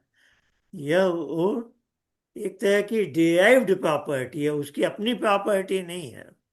जैसे चंद्रमा प्रकाश दे रहा है, पर चंद्रमा किसी का बोरो करके दे रहा है ना, सूर्य का प्रकाश लेकर दे रहा है। चंद्रमा स्व प्रकाश स्वरूप नहीं है, जैसे सूर्य स्व प्रकाश स्वरूप। अभी दूसरे मंत्र में यह बात आई ना, कारण जगत और सूक्ष्म जगत और ये। तो सूर्य की क्या विशेषता है? वह स्व प्रकाश स्वरूप है ना। बाकी सब, अब काष्ठ में अग्नि है, अब हमारे लैंप, ये फिलामेंट जल रहे हैं, अग्नि दे। पर ये सब ने सूर्य की ऊर्जा को लेकर समेट लिया। सूर्य की ऊर्जा ना आए तो लकड़ी नहीं बनेगी, पेड़ पौधे नहीं बनेंगे, और कुछ भी नहीं, कहीं भी ऊर्जा नहीं होगी। तो कारण जगत है सूर्य में, वहाँ ईश्वर विद्युत बनकर ऊर्जा डाल रहा है। फिर सूर्य की रश्मियां सूक्ष्म जगत से माध्यम से ला रही हैं, और पृथ्वी लोक स्थूल जगत है, यहाँ ये सब हुआ। तो खैर, मैं चंद्रमा और सूर्य की बात कर रहा था कि चंद्रमा भी सूर्य का प्रकाश लेकर प्रकाशित होता है। वैसे ही हमारी बुद्धि भी जीवात्मा के चैतन्य के प्रकाश से प्रकाशित होकर बुद्धि का काम करती है। जैसे कार भी, एक ह्यूमन ड्राइवर बैठ जाए तभी कार चलती है, नहीं तो कार नहीं चलती है ना। तो अंत में एक चेतन सत्ता है, चाहे ज्ञान की बात आप कहें, चाहे कर्म की बात कहें। और भोग तो एक ऐसी चीज है जो, बाकी सब साधन है, भोग तो बुद्धि को नहीं होता, भोग तो जीवात्मा को ही होता है ना। तो वैसे ही उपासना में जो भी लाभ होना है वो सीधे आत्मा को होता है ना। तो दयानंद ने लिख दिया, ईश्वर के आनंद स्वरूप भाव आचार्य में जी, मग्न होना। एक प्रश्न है। तो उस समय जीवात्मा को डायरेक्ट मिलता है जो भी मिल रहा है ना। उस ज्ञान और कर्म के लिए उसको साधन चाहिए, बुद्धि का, शरीर का, जो भी। तो हमारे ऋषियों ने बहुत सूक्ष्म बातों को अपने अपने ढंग से हमें समझाया है। अब आज हम एक ऐसे मुकाम पर पहुंच गए हैं, ये मैं कुछ बोलता हूँ, उसका आशय ये नहीं है मैं आत्म प्रशंसा में बोल रहा हूँ, मैं एक सच्चाई व्यक्त कर रहा हूँ। सच्चाई क्या व्यक्त कर रहा हूँ?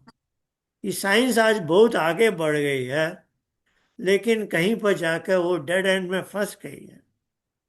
वो डेड एंड दो तरह के हैं, क्योंकि हमारी दर्शन ने हमेशा कहा है, यथा पिंडे तथा ब्रह्मांडे। तो ये जो मनुष्य है, ये छोटा सा पिंड, इसमें सब कुछ हो रहा है जो ब्रह्मांड में हो रहा है, क्योंकि वहां भी 3 डायमेंशन में गतिविधि चल रही है, और यहाँ भी 3 डायमेंशन में गतिविधि है, स्थूल सही, सूक्ष्म सही और कारण सही में, है ना। तो ये 1 to 1 करेस्पॉन्डेंस है। तो जैसे सूर्य है कारण जगत का, तो यहाँ जो प्री फ्रंटल कॉर्टेक्स में आत्मा जो ऐसे अपने मुट्ठी, वो बताओ, ये कठ उपनिषद में आया, अंगुष्ठ मात्र, उसमें क्या है, बंद मुट्ठी में जैसे अंगूठा बैठ, अंगुष्ठ परिमाण। है ना, बंद अंगूठे में जैसे अंगूठा बैठा है, वैसे मेरा जीवात्मा उस हृदयाकाश में बैठा हुआ है ना। तो वो है छोटी सी जो गुफा है, हृदय गुहा बोलते हैं, वो है कारण सही वहां पर। तो ये अभी जो समझ में, अभी कॉन्शियसनेस के बारे में 100 लोग 100 तरह की बातें बोल रहे हैं, है ना। सबका कहना है ये जो ब्रेन है, मस्तिष्क है। तो हमारे ऋषि ने तो साफ कह दिया, जो भी कुछ माता के गर्भ में बना है वो स्थूल शरीर है, वो ग्रॉस बॉडी है ना। तो ये भी माता के शरीर में बना, ठीक है। तो ये हमारे ऋषि ने तो कह दिया यह ग्रॉस बॉडी है, स्थूल शरीर का अंग है। पर साइंस की दुनिया में यही अंतिम चीज है मनुष्य की। तो उन्होंने कहा ये जो ब्रेन है, मस्तिष्क, इसमें ही जो गतिविधि हो रही है, that is the mind, and that is our emotions, and that is our consciousness. जो कुछ भी है यहाँ जो हो रहा है, यहाँ न्यूरल नेटवर्क्स हैं। पहले बोल रहे थे न्यूरॉन हमेशा एक जैसे आते हैं, अब है न्यूरॉन में परिवर्तन आता है, इतना वो मानते हैं। आचार्य जी, एक और दो और मैंने महत्व के बारे में पूछा था हाँ, कि अशी अशुद्ध हो जाती है तो वो महत्व कैसे बन जाती है? मतलब ये भी मैंने आपको भेजा था, ये दूसरे चैप्टर का 15वां। हाँ, वो हमने बोला है ना। और हम ये विषय आपने भी कई बार ये प्रश्न पूछा है कि ध्यान से क्या लाभ होते हैं। तो हाँ, हमने बताया है कि ध्यान से लाभ दो श्रेणी के हैं। पहली श्रेणी में चित्त की अशुद्धि नष्ट होती, दूसरी जब चित्त की अशुद्धि नष्ट हो जाती है हाँ। तो जो अहंकार में क्लेश के संस्कार हैं उनका हनन होता है, वो गायब होते हैं। हम्म। तो चित्त में एक अशुद्धि आ जाती है। तो अभी ये बात भी कर रहे थे कि व्युत्थित चित्त और समाहित चित्त वगैरह। तो चित्त में सत्व रजो तम तीनों का अनुपात है। चित्त बुद्धि है, आप सब जानते हैं, इतना है ना। बाकी जगह कंफ्यूजन चल रहा है चित्त क्या है। पर हमारे ईश्वर उपासना परिवार में एक बात घोंट घोंट कर हमने गुट्टी पिला दी है कि बुद्धि ही चित्त है। असल में चित्त is the latent basic entity. जब चित्त व्यवसाय करता है तब वो बुद्धि। बुद्धि होती है। सीधी सी बात है ना। तो अभी हम बहुत ज्यादा उसमें नहीं जाएंगे, और सांख्य में बहुत ज्यादा उसमें चक्कर में नहीं पड़े। अब हम योग दर्शन पर काम कर रहे हैं। योग दर्शन में चित्त की डायनामिक्स, चित्त का फ्लक्स वगैरह की बहुत ज्यादा बातें हैं। तो आप जानते हैं, लोगों को चित्त का ही नहीं मालूम था, लोगों ने योग पर किताब लिख दी, व्यास भाष्य का भी अनुवाद कर दिया, सब मटिया मेट किया हुआ है। तो अभी हमारा काम चल रहा है, और ये भी एक मानक भाष्य बन जाएगा योग दर्शन का, क्योंकि इसमें एक नई तरह की शब्दावली आ रही है ना, जो सांख्य में नहीं थी। अब यहाँ प्रत्यय आया है, वहाँ था भाई कि दो लेवल पर छठे अध्याय में कि चित्त की वृत्तियों का निरोध दो जगह दो तरह से करना। तो हमने भी उसका नाम दे दिया लाइव और प्लेबैक। पर अब यहाँ क्या आ रहा है कि प्रत्यय के नाम पर अब बहुत सी नई बातें आ रही हैं। तो चित्त में वो मॉडिफिकेशन कैसे करता है ईश्वर।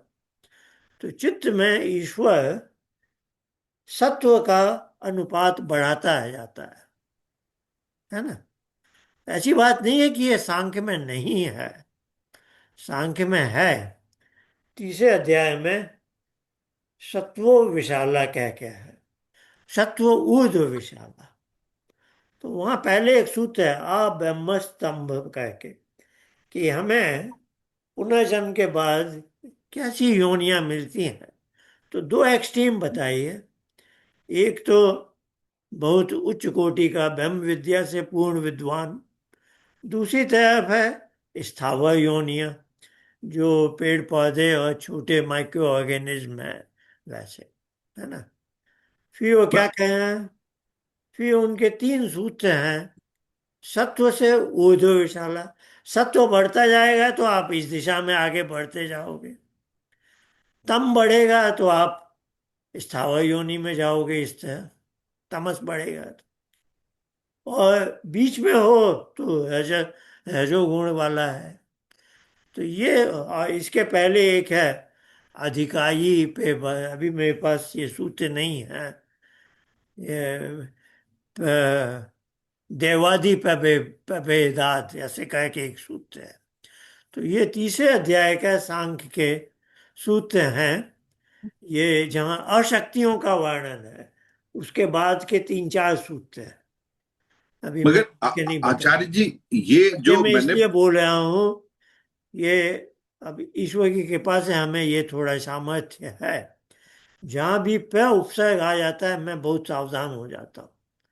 प उपसर्ग का अधिकांश जगह मतलब होता है ईश्वर कुछ कहता है, तो प भेदात है वहां।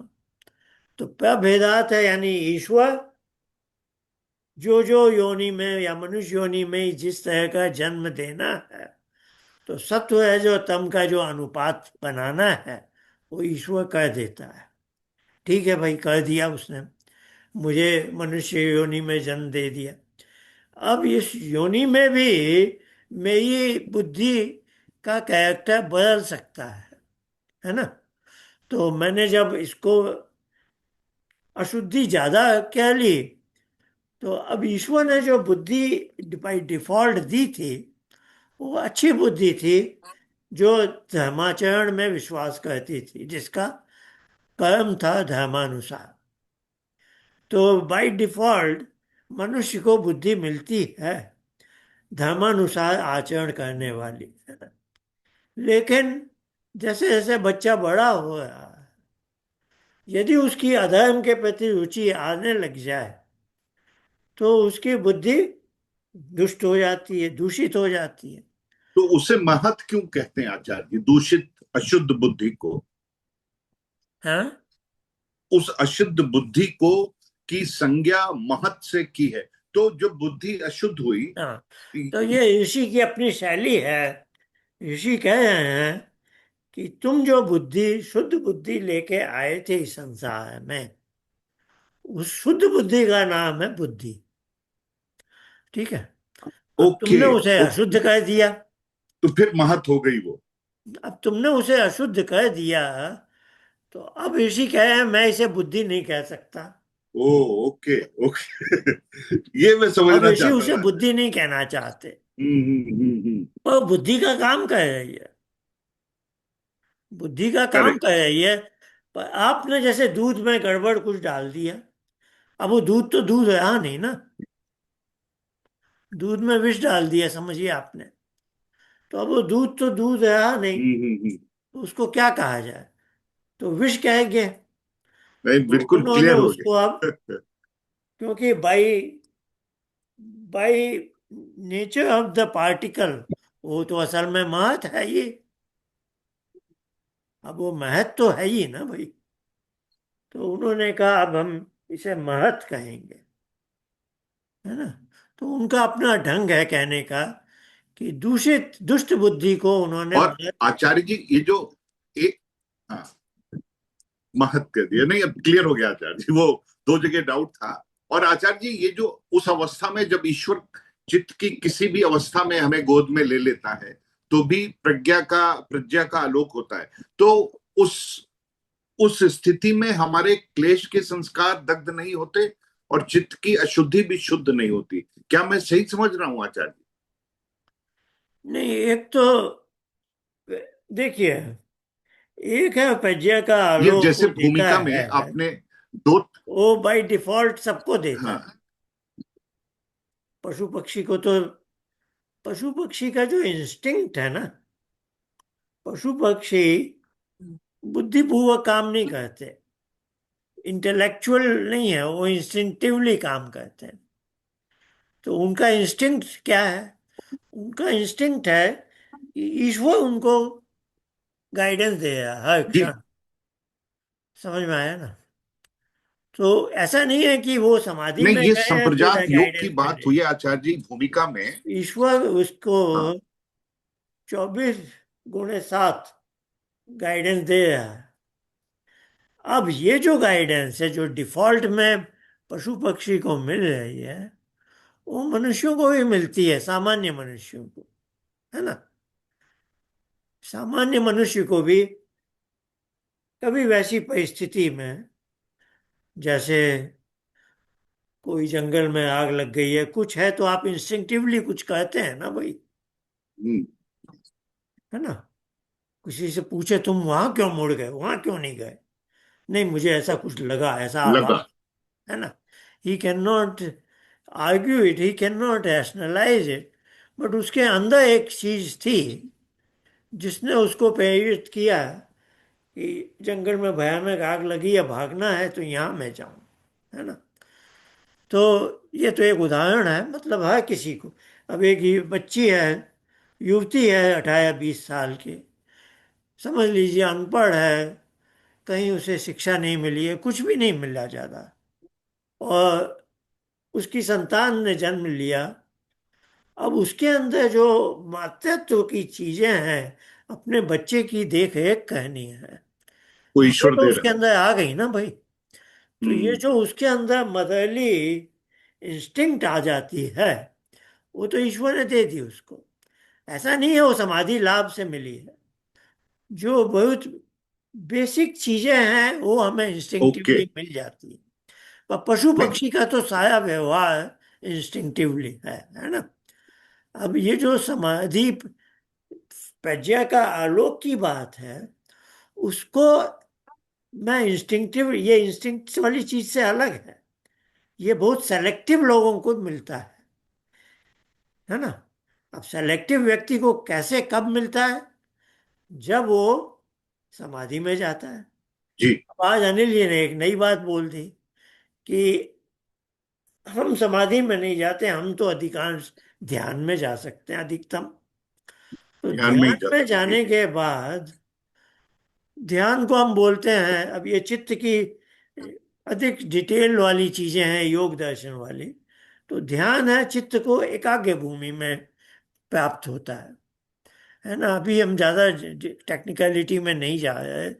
जो सांसारिक लोग हैं, उनका चित्त 3 डोमेन में जाता है। इसको कहते हैं क्षिप्त, मूढ़ और विक्षिप्त। क्षिप्त है, जैसे चांदनी चौक चित्त में आप चल विक्षिप्त रहे हैं, मूड भीड़ भाड़ है, विक्षिप्त। तो आप सजग हैं पांचों इंद्रियों से, तो ये हम्म। क्षिप्त है वो भूमि। विक्षिप्त क्या है? वहीं किसी ने आपका नाम लिया, अब आपका फोकस हो गया, भाई कोई मुझे बुलाया। हम्म। अब आपकी श्रोत इंद्रिय ने एकदम फोकस कर लिया कि जो व्यक्ति आपको बुलाया है, मैं सुनूं वो क्या कह रहा है मुझे।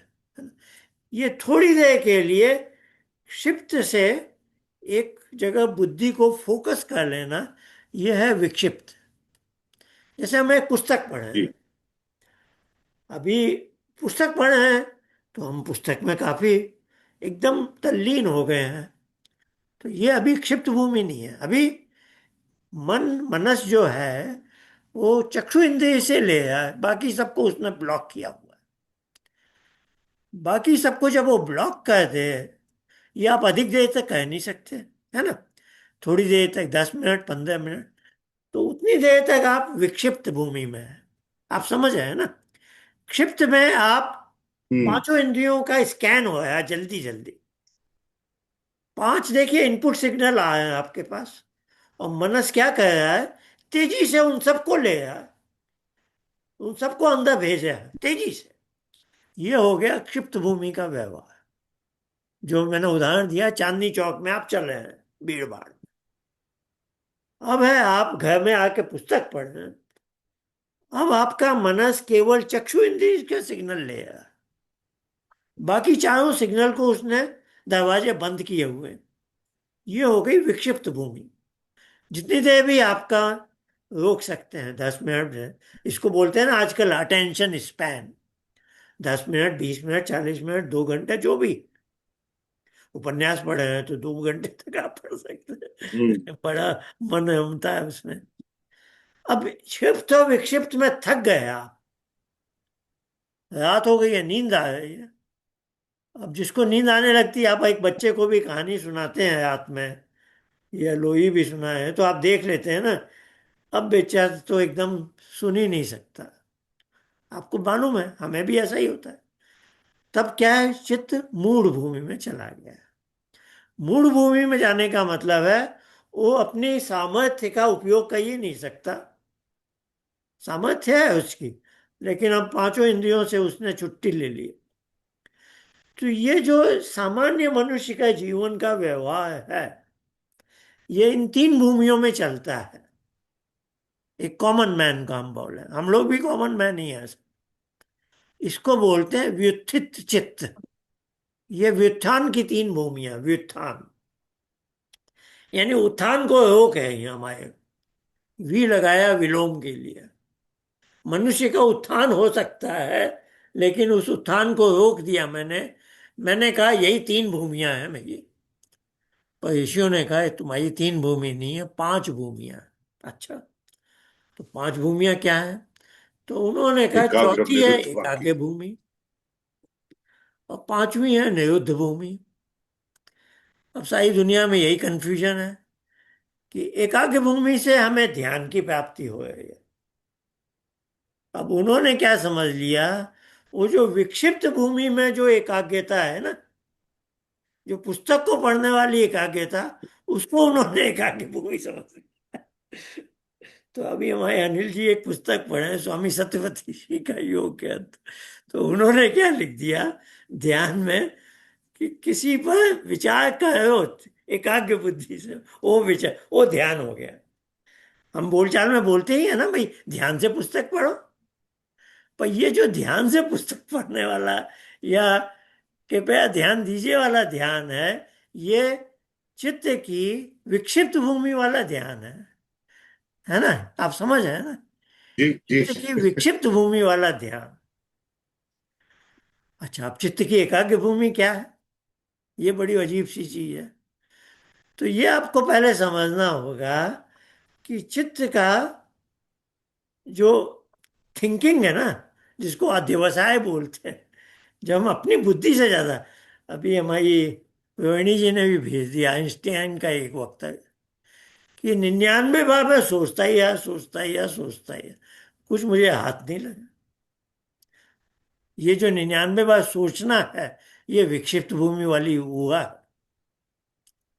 पर फिर बोला एक बार मैं एकदम शांत होकर बैठ गया।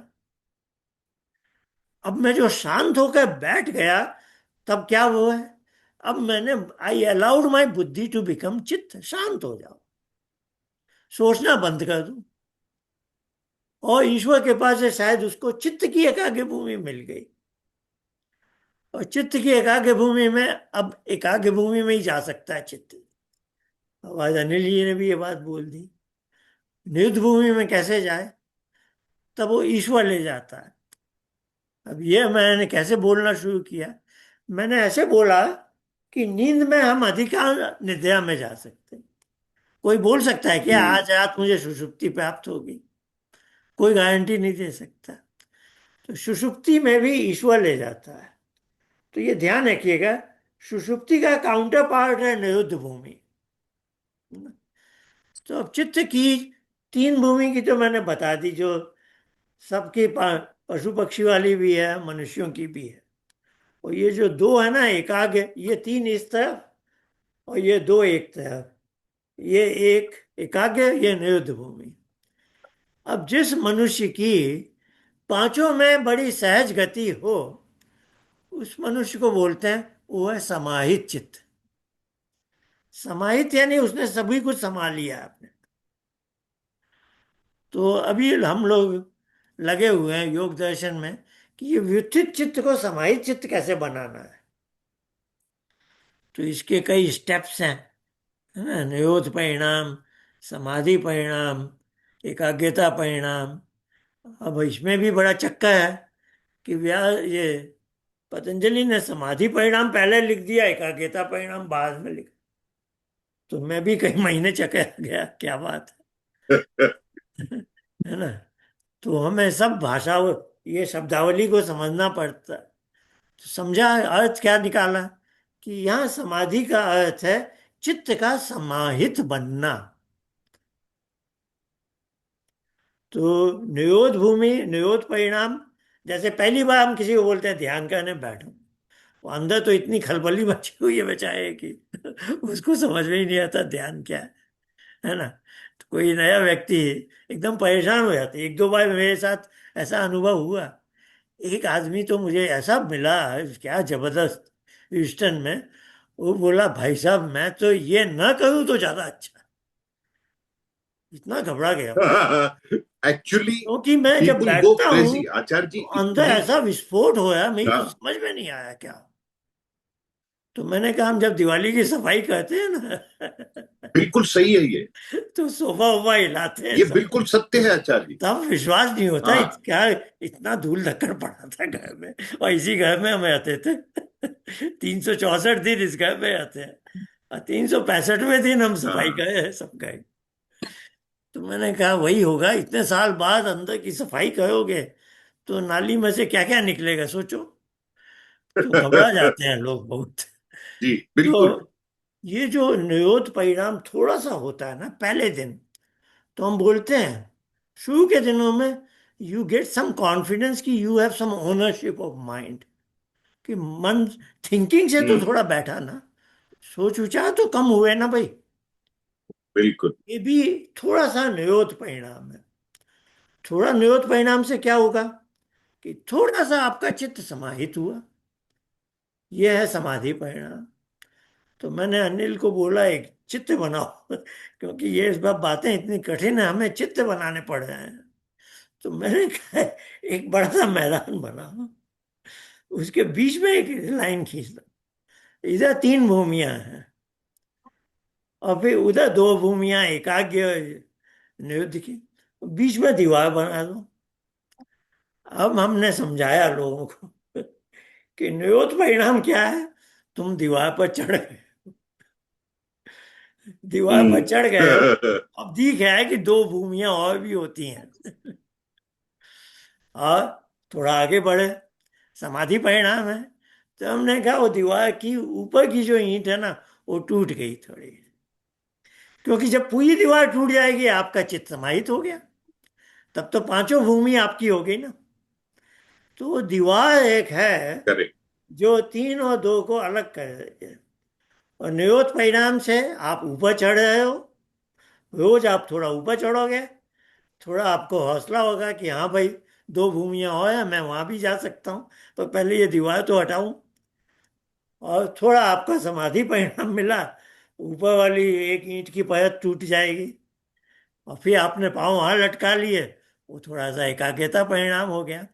तो एकाग्र भूमि में आपने पाँव हिला लिए थोड़े से, ठीक है, आज आप फिर वापस आ गए, अगले दिन फिर आपने किया। तो ये ऋषि ने समझाया है कि एक साधारण से साधारण मनुष्य भी कैसे स्टेप बाय स्टेप कैसे अपनी उन्नति कर सकता है, बहुत अच्छा समझाया। तो सांख्य दर्शन में इतना विस्तार नहीं था, तो योग दर्शन में तो बहुत ही हम देखे हैं, एक नई तरह की शब्दावली है। और ईश्वर की कृपा से, क्योंकि हमने सांख्य सिद्धांत थोड़े समझ लिए हैं, हमसे अभी तक मेरे ख्याल से गलती नहीं हो रही है। तो लोग, और मैं देख भी रहा हूँ, अभी हम 28-30 पर पहुंचे हैं पहले अध्याय के, तो मैं देख रहा हूँ 4-5 स्थल ऐसे आए हैं।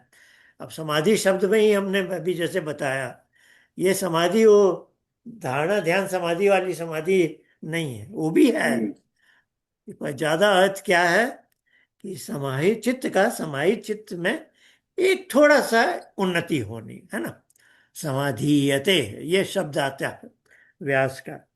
तो हमें मालूम है कि कहाँ कहाँ लोग गड्ढे में पड़ गए हैं और हम सावधानी से चल रहे हैं। तो मैंने आपको पहले भी बताया, हम व्यास के एक एक अक्षर एक एक शब्द को वैसे ही देखे हैं जैसे पतंजलि के सूत्र का एक एक शब्द। हम कोई चीज उसको व्यास के एक अक्षर को भी बाईपास नहीं कहे, नहीं समझ में आया तो रुके हैं, समय लगाया है, एक एक जगह हमने सप्ताह सप्ताह 2-2 सप्ताह भी लगाए हैं, तो बहुत समय लग गया है। पर हाँ, सब अच्छा है। तो आपका जो उत्तर था, तो इसमें एक हमें नई चीज पता चली जो मैं नहीं समझता कोई माई का लाल पकड़ पाया होगा। तो ईश्वर का वहां एक नाम आया, प्रकृष्ट सत्वोपादान नाथ ईश्वर से, और ईश्वर से पद भी है वहां पर। तो ये क्या भला है।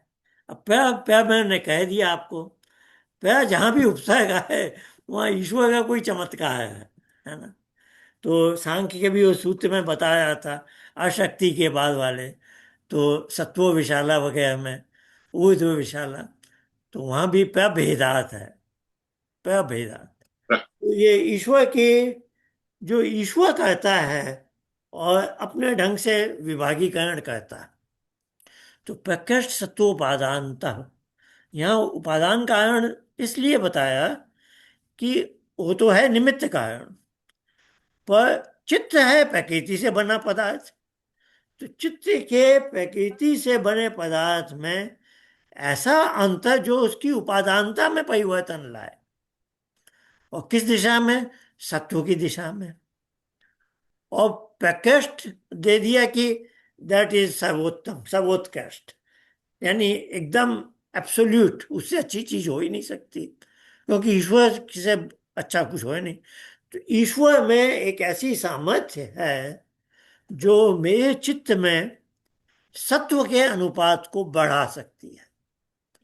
और ये इसके इसको बताया, ये ईश्वर का उत्कर्ष है। इसका एक नाम दिया, इस गुण का नाम उन्होंने दिया उत्कर्ष, है ना। क्या है? प्रकृष्ट सत्वोपादनता, यानी हम मनुष्यों के चित्त में सत्व का अनुपात बढ़ाते जाना। जैसे जैसे ये अनुपात बढ़ता जाएगा, हमारा चित्त समाहित होता जाएगा। फिर समाहित चित्त के लिए एकाग्र और निरुद्ध भूमि में जाना वैसे ही है जैसे टहल रहे हैं इधर से उधर। तो जो बहुत हाई क्वालिटी के चित्त होते हैं मनुष्य, उनका चित्त समाहित होता है ना। तो हम अभी देख भी रहे हैं कि योग दर्शन का उपदेश, समाधिपाद का उपदेश, क्योंकि यह हिंट मुझे कहाँ से मिला? यह हिंट मिला मुझे साधन पाद में। व्यास ने जो एक छोटी सी अवतरणिका लिखी है, क्या लिखा? उद्दिष्टा समाहित चित्तस्य कथम व्युत्थित चित्त, यानी वो लिख रहे हैं कि समाधिपाद जो पहला चैप्टर है, समाहित चित्त के लिए उपदेश दे दिया गया है। अब जो व्युत्थित चित्त है उसको क्या करना है, ये उपदेश साधन पाद में दिया जाए। तो नाम भी वही है, साधन पाद, समाधि पाद। तो समाधि पाद का उपदेश उस चित्त के लिए है जो समाहित चित्त है, और साधन पाद का उपदेश जिसमें क्रिया योग और अष्टांग योग आएंगे, वो है कि आपका चित्त अब समाहित चित्त कैसे बने। अब इसके भी दो भाग बनने हैं। एक है जो मध्यम श्रेणी का मनुष्य, जिसके चित्त में अशुद्धि नहीं है पर हाँ क्लेश के संस्कार है, उसके लिए है क्रिया योग। तो क्रिया योग में आ गया वो समाधि भावनार्थ क्लेश तनुकरणार्थ, क्लेश कम करने हैं और समाधि की भावना। अब यहां भी देखिए हिंट बहुत साफ है, मगर आचार्य समाधि जी, की भावना यानी समाहित चित्त बनना। तो समाधि शब्द एक क्रिया योग है। एक एक विचित्र भाव रखता है, और मैंने वही लिखा अभी अपने भाष्य में जो हम बनाए हैं कि धा धातु है, ईश्वर ने मेरे चित्त को धारण कर लिया, अब उसकी देख रेख में ये काम हो रहा है। है ना। तो वो अब जानता आचार्य है जी, कि इसको वो फ्लैश देना है या इसके चित्त की अभी सत्व की अनुपात बढ़ाना है। तो आचार्य जी, ये हाँ, जो करता क्या है आदमी, होता तो ध्यान उपासना ही है ना, इसके साथ ईश्वर प्राणिधान स्वाध्याय, मगर जो एक्शन है उस एक्शन में क्या करता है आदमी? वो अष्टांग योग की तरह ध्यान में ही बैठता है। कोई फर्क है क्या आचार्य जी, योग क्रिया योग और अष्टांग योग में? मतलब कोई विधि का ज्यादा अंतर है क्या? बैठना तो ध्यान में ही है। नहीं तो ये क्रिया, देखिए, योग किया योग अष्टांग योग में अंतर है जो हम सांख्य में शुरू से बात कर रहे हैं। देवता मनुष्य राक्षस वाली। राक्षस शब्द अच्छा नहीं लगता कहने में, पर चलो दूसरी जो मन का कंटेंट है उस भाषा में बात करें, तो जिसके चित्त में अशुद्धि है हाँ, उसके लिए अष्टांग योग। जिसके चित्त में अशुद्धि नहीं है लेकिन क्लेश काफी है, कानून, सिग्निफिकेंट है, तो उसके वो लिए है करता क्या? क्रिया योग। तो वो और करता क्या जिसके है? लिए, जिसके क्लेश, अशुद्धि तो है ही नहीं, क्लेश भी बहुत कम है, उसके लिए है समाधिपाद तो का वो योग। किस विधि से करता है आचार्य जी? अब इसमें भी क्या हो गया, टेक्निकलिटी बहुत ज्यादा है। एक मनुष्य ऐसा भी, अब हमने एक क्राइटेरिया दे दिया। हमने अभी जैसे प्रोग्राम हम कर रहे हैं बियॉन्ड हैप्पीनेस का, तो हम कह देते हैं कि जिसके चित्त में अशुद्धि नहीं है और जिसके क्लेश बहुत कम है, उसका उसके चेहरे पर बाल सुलभ मुस्कान है। ये हमने एक सांसारिक क्राइटेरिया दे दिया है ना। बाल सुलभ स्वाभाविक मुस्कान, है ना, अनप्रॉम्प्टेड स्माइल जो है उसकी डिफॉल्ट स्टेट। एक छोटा 1.5-2 साल का बच्चा है ना, उसके चेहरे पर मुस्कान स्वाभाविक है। ऐसा, यानी मुस्कान होने का कोई कारण नहीं है ना। मुस्कान न होने का कोई कारण होगा। ये समझ में आ गया ना आपको। इसको अब ऋषियों ने कहा है चित्त प्रसादनम, है ना। तो चित्त प्रसादनम शब्द समाधिपाद में भी आया, सांख्य में भी आया है, 6ठे अध्याय में। न स्थान नियम है चित्त प्रसादन, यानी उपासना में कहाँ करनी, कोई स्थान का नियम नहीं है, जहां आपका चित्त प्रसन्न है वहां। तो चित्त प्रसादनम के बाद अब ये मैं क्या कहना चाह रहा हूं, अब ये टेक्निकलिटी है। अब पहले तो है कि बच्चे में वो क्यों है कम, बच्चे में चित्त प्रसादनम क्यों, क्या उसके क्लेश तनु है? उसके क्लेश आवश्यक नहीं है तनु है, सिग्निफिकेंट हो सकते हैं, पर अभी स्लीप मोड में है, जिसको बोलते हैं प्रसुप्त है ना। सुप्त हैं। बच्चा किशोर अवस्था में आएगा तो पिछले जन्म के कई संस्कार अब जगने लगते हैं, है ना। तो फिर तो जैसे हम जानते हैं, हम सबकी वही कहानी है। तो हमारी वो स्वाभाविक मुस्कान छूटते जाती है धीरे धीरे। मगर आचार्य जी, यदि मेरा उसने सवाल है, चित्त में आप अशुद्धि ले ली, फिजिकली क्या करते हैं? यदि वो अधर्म का रास्ता ले लिया, तब चित्त में अशुद्धि भी आ गई। वो तो सेकंड ऑर्डर डिफेक्ट है ना। तो ये टेक्निकलिटी मैं इसलिए बता रहा था कि क्रिया योग में क्लेश तनु करना है और समाधि भावना भी है। इसका मतलब यदि क्लेश तनु भी है आपके, लेकिन समाधि भावना नहीं है, समाधि चित्त नहीं है, तो भी आप ऑटोमेटिक समाधिपाद के उपदेश के लायक नहीं है। आपको क्रिया योग में जाना होगा। ये टेक्निकलिटी समझ में आई क्या? कहने का आशय मगर है कि समाधिपाद का उपदेश उसके लिए है जिसका चित्त में अशुद्धि नहीं है, क्लेश भी अत्यंत कम, लेकिन इसके साथ साथ उसका चित्त भी समाहित चित्त बन चुका हो। ठीक है।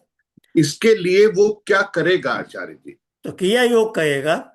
यदि उसके क्लेश कम है, अशुद्धि नहीं है, तो क्रिया योग नहीं, है ना। जैसे अष्टांग योग में क्रिया हमें योग मालूम देखिए, है। हम लोग जो कर रहे हैं ना, हम लोग जो भी कर रहे हैं, हम देखिए आसन का हम महत्व दे रहे हैं। जी। ये धारणा और ध्यान, हाँ। ये एकदम कंप्लीट पैकेज है ये। आसन, धारणा, ध्यान। अब कोई कहे कि यदि मेरे चित्त में अशुद्धि है, तो भी ये काम कहेगा। तो आसन, धारणा और ध्यान, ये एकदम कंप्लीट नहीं पैकेज। आचार्य, अगर कोई कोई कहे कि मैं क्रिया योग करता हूँ, नहीं, मैं मेरा सवाल है आचार्य जी, कोई कहे कि मैं क्रिया योग करता हूं, तो वो क्या कर रहा है? नहीं, क्रिया योग में आगे आया फिजि, है ना।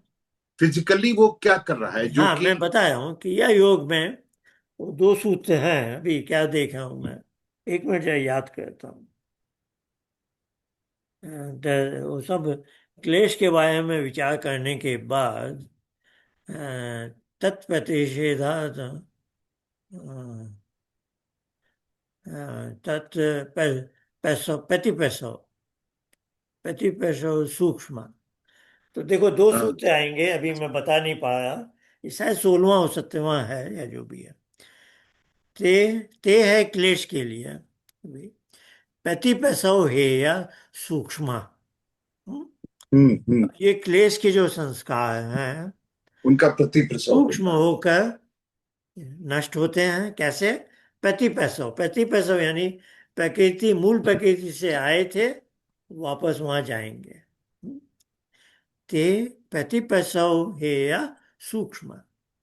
इसके बाद का उनका सूत्र है, इसका अगला है ध्यान हेय तद्वित्तय।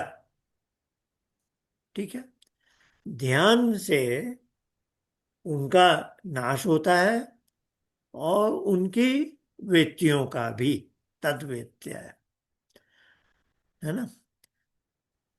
तो ध्यान है जिससे यह क्लेश और क्लेश की वृत्तियों का नाश होता है, जो सांख्य में हम देख चुके हैं, अगो अपहति ध्यानम में, है ना। तो करनी ध्यान से, उपासना और ही है। ध्यान के सांख्य में तो बहुत पहले कह दिया कि धारणा और ध्यान है। अब यही बात योग में कह दी गई है, लेकिन लोग समझ नहीं पाते हैं। ये समाधि पाद में क्या है? यथा अभिमत ध्यानाद हुआ। इसके पहले 5-6 सूत्र हैं धारणा के। तो धारणा और ध्यान की बात समाधि पाद में है, इसलिए उन्होंने धारणा को दोहराया नहीं है। कहा है कि ये क्लेश का नाश कैसे होगा? ध्यान से। ध्यान से। समाधि पाद में वो कहना चाहे ध्यान से समापत्ति और उसकी समाधि का लाभ होगा, प्राप्त होगा। सब बातें कही गई हैं, बहुत अच्छे ढंग से कही गई हैं, लेकिन हमारा दुर्भाग्य, हम इन सब बातों से कट ऑफ रहे हैं। अब अब असली चीज हमने क्या पकड़ ली है? जो मैं बोल रहा हूँ, सांख्य 3:33 और उसका काउंटर पार्ट योग का 1:34 वाला, कि ये जो धारणा ध्यान समाधि जो अंतरंग योग में है, उसका दरवाजा हमेशा के लिए बंद हो गया था। ये न्यूनतम अनिरुद्ध के समय से है, जो लगभग 1,000 वर्ष। पर मैं गलत नहीं हूं यदि मैं कहूं कि 2-3 हजार वर्ष से ये दरवाजा बंद था। तो ये दरवाजा खुल गया है। अब एक बहुत बड़ी क्रांति हो सकती है, होगी भी, क्योंकि अब जो अपने साइंटिस्ट हैं, जो भी है, हर कोई अब इस अंतरंग योग में प्रवेश कर सकेगा। And now he can interpret what is mind and all that, है ना। अभी वो हो नहीं पा रहा था। अभी लोग सो कॉल्ड मेडिटेशन पे बैठ रहे थे, पर वो वहां नहीं जा रहे थे, है ना, अंतरंग योग में नहीं जा रहे थे।